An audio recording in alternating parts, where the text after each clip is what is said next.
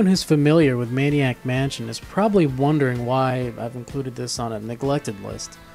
It had remakes, it even has fan remakes, has a popular sequel, and even a TV show, but the fact is it didn't thrive in the console market.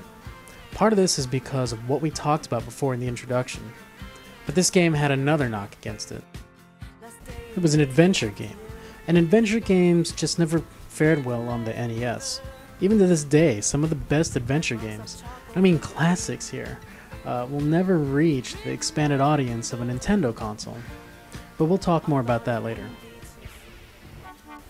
Maniac Mansion was developed by LucasArts, which back then was called Lucasfilm Games.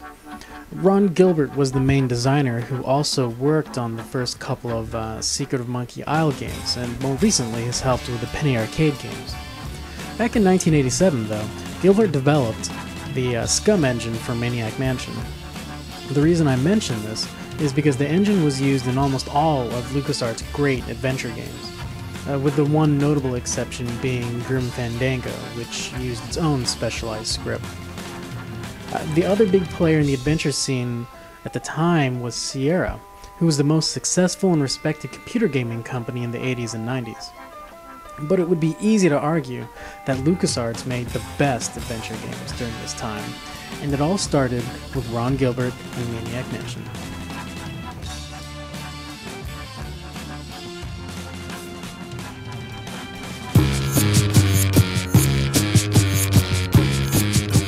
The mansion in question is owned by the Edison family, headed by Dr. Fred Edison, who is your standard mad scientist.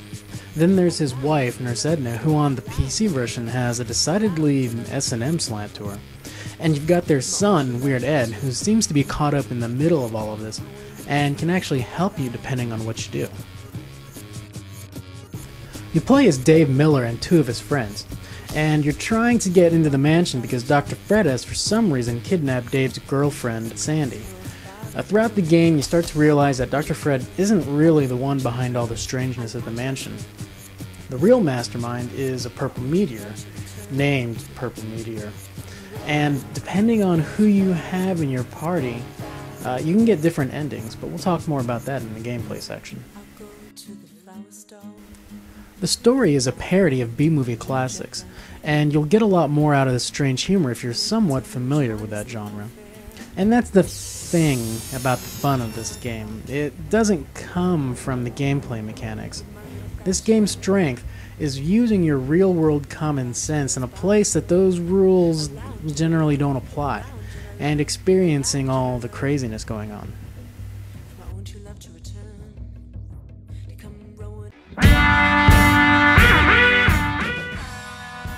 The NES version looks a lot better than the original Commodore 64 version, or even the PC version. The mansion itself has a lot more detail and everything just looks cleaner, but you still have problems discerning some of the smaller items.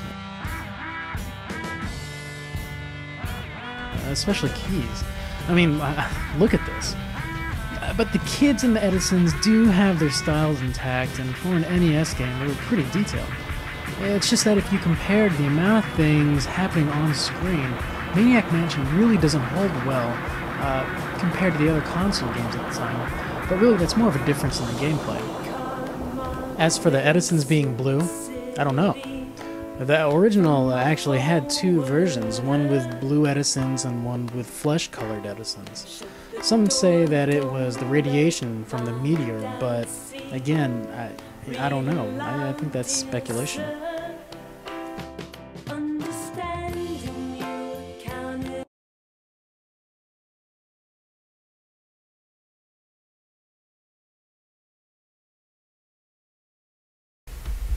The music in Maniac Mansion is another high point. Even besides the catchy theme music, each kid has his or own leitmotif. Dave's got a catchy, nondescript song.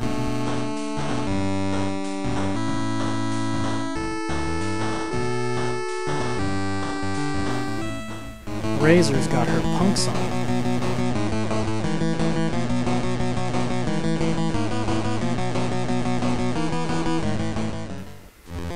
Bernard has a decidedly sci-fi theme.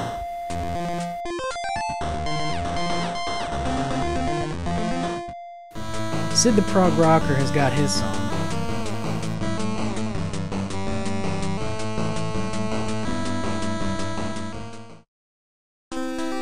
Wendy, the Aspiring Novelist song is a knockoff of Rural Britannia with some music.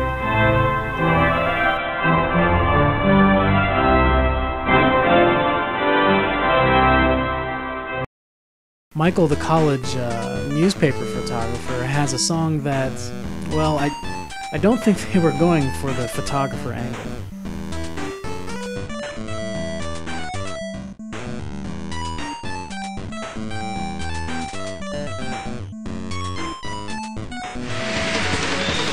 Then there's Jeff, who's a surfer, so you'd expect something like this. But instead, you get this, which is just awful.